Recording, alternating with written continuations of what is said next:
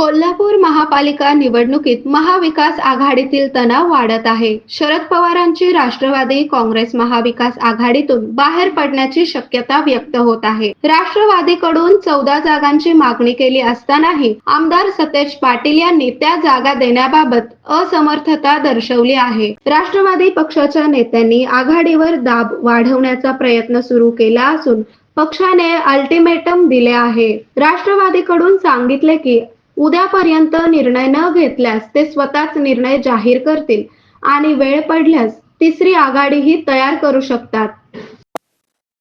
महानगरपालिकेच्या जागा वाटपासंदर्भात काय नेमकी राष्ट्रवादीची आता भूमिका आहे आणि काय नेमकी जागा वाटप आता ठरली आहे? गेले 15 दिवस त्या जागा वाटपाबद्दल चर्चा आमच्या आघाडीचे नेतृत्व बंटी पाटील यांच्याबरोबर आमची झालेली आहे.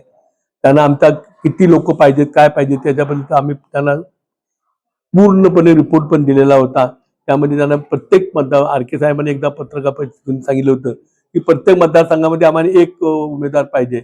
अशा पद्धतीने आम्ही त्यांना प्रस्ताव सगळा दिला होता. प्रस्ताव नावासकट आम्ही दिला होता. कुठल्या कॅटेगरी मधला काय द्यायचा त्याच्याबद्दल सगळं आम्ही दिलं. त्यानंतर त्यांच्याबरोबर 2 ते 3 वेळा मिटिंग पण झाल्या. त्यामध्ये मग असं करूया तसं करूया, ह्याच्यामध्ये असा प्रॉब्लेम आहे तसा. हे 2-3 वेळा बंटी साहेबांच्या झालं. त्यांचे काही लोक आमच्याबरोबर इथं चर्चा करायला आलेत. काही लोक तिकडे पण चर्चा आमच्याबरोबर इथं करायला आलेत. त्या लोकांच्या बरोबर आम्ही चर्चा केल्यानंतर बंटी साहेब तिकडे अधिवेशनावरून आल्यानंतर त्यांच्याबरोबर सगळं आमची चर्चा झाली.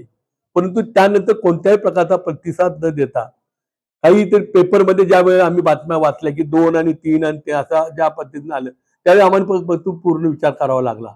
बरं, याच्याबद्दल मी माझ्या लेवललाच बोललो असायला भाग नाही आहे. आमचे राज्य लेवलचे नेतृत्व जयंत पाटील साहेब आम्ही त्यांना पण आम्ही याच्याबद्दल माहिती दिली. ते पण स्वतः बंटी साहेबांशी बोलले आणि त्यांना बसून बंटी साहेबांच्या मला पाठवून दिलं जयंत पाटील साहेबांनी की मी सगळं त्यांना बोललेलो आहे आणि तुम्ही जाऊन उद्या भेटा. दुसऱ्या दिवशी मी जाऊन भेटलो. मी आणि रोहित पाटील साहेब आम्ही भेटलो आणि त्यांना दाखवलं की बाबा आम्ही कमीत कमी बाबा या 14 सीटचा आम्हाला तुम्ही फायनल करा, आम्ही त्याच्यामध्ये समाधानी आहोत आणि तुम्ही त्याप्रमाणे करा. असं शेवटचं त्यांना अल्टिमेट दिल्यानंतर त्यांनी त्याच्यामध्ये असमर्थता दाखवली. ज्या पद्धतीनं आर.के. साहेबांच्या उमेदवाराच्या बाबतीत गेले 50 वर्ष आर.के. साहेब तिथं काम करतायत आणि त्यांचं सातत्य आहे.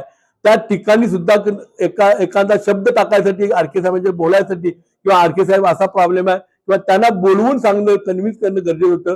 तर परस्पर बाहेरचे उमेदवार तिथे दिले. हे सर्वात मोठं आम्हाला आमच्या पक्षाचं नाराजी आहे.